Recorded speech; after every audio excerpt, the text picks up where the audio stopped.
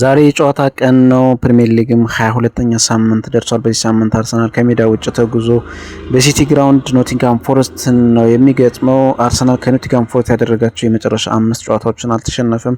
ለመጨረሻ ጊዜ በ2023 በዚሁ ስታዲየም ነበር 1-0 የተሸነፈው። በእርግጥ ባለፈው ዓመትም በዚሁ መርሃ ግብር 0 አቻ ነበር የተለያዩት። በዚህ ሲዝን ገና ከወዲሁ 2 አሰልጣኞችን አሰናብቶ ሶስተኛው ላይ የሚገኘው ኖቲንጋም ፎረስት ያለፉትን 4 ተከታታይ ጨዋታዎች ከተሸነፈ በኋላ በመጨረሻው ጨዋታ ነው ወራጅ ቀጠና ላይ የሚገኘውን ዌስትሃም ዩናይትድ እንዳሸነፈ ይታወቃል። በአንጻሩ አርሰናል ተከታታይ 5 ጨዋታዎችን አሸንፎ ነበረ። በመጨረሻው ጨዋታ ከሊቨርፑል ጋር 0 አቻ የወጣበትን ጨዋታ እናስታውሳለን። ኖቲንጋም ፎረስት ሜዳ በሲቲ ግራውንድ መጫወት ለብዙ የፕሪሚየር ሊግ ክለቦች ከባድ ነበር። በዚህ ዓመት ግን ብዙዎቹ እያሸነፉ ነው የሚገኙት። ካደረጋቸው 10 የፕሪሚየር ሊግ ጨዋታዎች በዚህ ሲዝን ማለት ነው 6ቱን በዚህ ሜዳ ላይ ተሸንፏል። አርሰናል ደግሞ ካለፉት 24 ከሜዳ ውጭ ያደረጋቸው ጨዋታዎች ሽንፈት የገጠመው በሁለቱ ብቻ ነው። በጣም ውጤታማ የሚባል እንቅስቃሴ ነው ያለው።